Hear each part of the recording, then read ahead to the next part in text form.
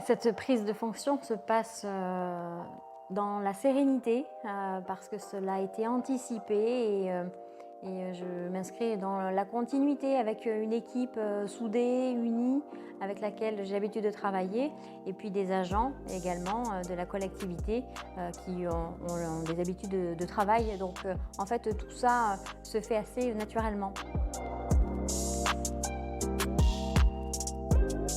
Nous avons plusieurs chantiers en cours et notamment ce grand parc public. Nous allons continuer à aménager le port et la prochaine tranche, la quatrième tranche, consistera à aménager les bords de l'air avec l'aménagement complet de l'accès à la l'air pour les canoës, avec du stationnement également, et puis une cinquième tranche également qui est à poursuivre. Donc ça fait partie des engagements. Cet aménagement du port, nous le voyons bien, est très apprécié par les habitants d'Utèche qui se sont appropriés cet espace avec la possibilité pour les enfants de se divertir, de s'amuser dans ce grand parc public.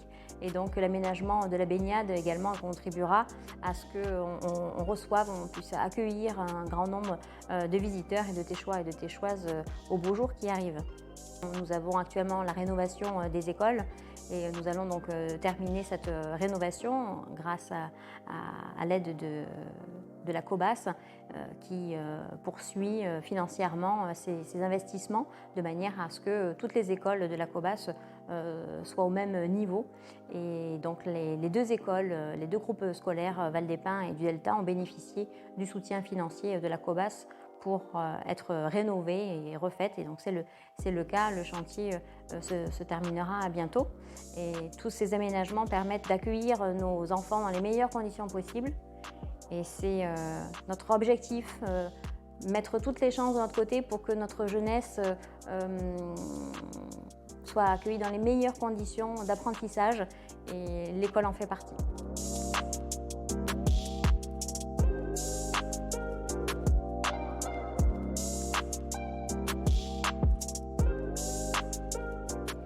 À l'époque, quand j'arrive au Tech en 2007, je n'imagine pas une seconde que je vais faire partie de l'équipe municipale.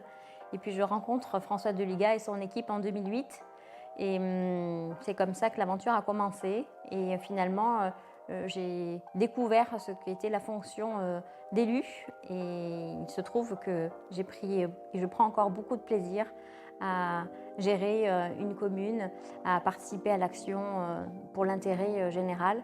Et j'ai aujourd'hui, bien évidemment, lorsque on imagine la passation à un moment donné, lorsque François Deluga souhaite faire cette transition, eh bien, en 2020, lorsque je deviens première adjointe, on y travaille de manière à pouvoir faire en sorte que, eh bien, aujourd'hui, cela puisse se faire dans les meilleures conditions, que ce soit le plus naturel possible, de manière à ne pas perturber l'organisation des services, l'organisation de la vie de tous les jours et qu'on s'inscrive vraiment dans la continuité.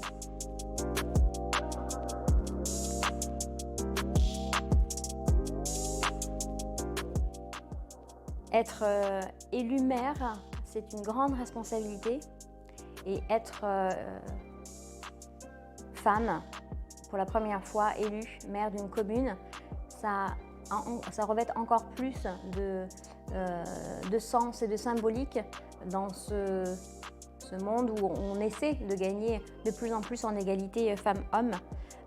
Aujourd'hui, accéder à ces fonctions-là reste quand même plutôt rare, le pourcentage est encore trop faible, mais petit à petit on voit, et c'est aussi d'une part grâce à des hommes comme l'exemple de François Deluga qui laisse la place à la nouvelle génération, mais c'est aussi des femmes qui s'investissent et qui acceptent aussi ces fonctions-là, qui acceptent de mettre peut-être aussi un peu de côté sa vie personnelle, parce que finalement, on le sait, homme comme femme, l'investissement est important. Et donc, c'est souvent la raison pour laquelle on salue et on remercie chaleureusement nos proches qui subissent souvent nos absences.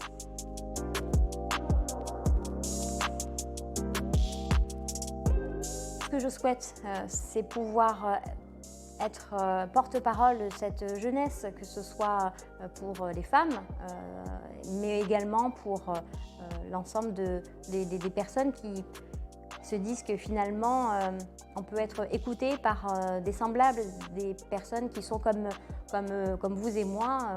Moi j'ai gardé mon activité professionnelle, je suis une femme de 44 ans, je fais mon marché, je vais faire mes courses, je suis comme chaque Téchoise et chaque Téchois, c'est mon quotidien. Et je pense que peut-être cette proximité, le fait d'être comme tout le monde pourrait donner de l'espoir à nos électeurs qui ont un peu déserté aussi les bureaux de vote en se disant qu'il y a des élus de proximité investis et l'un n'empêche pas l'autre et au contraire, il faut pouvoir donner espoir et se dire que tout est possible ensemble. C'est comme ça que nous avançons. Il y a des beaux projets, il faut rester mobilisé et s'investir, c'est important pour l'intérêt général.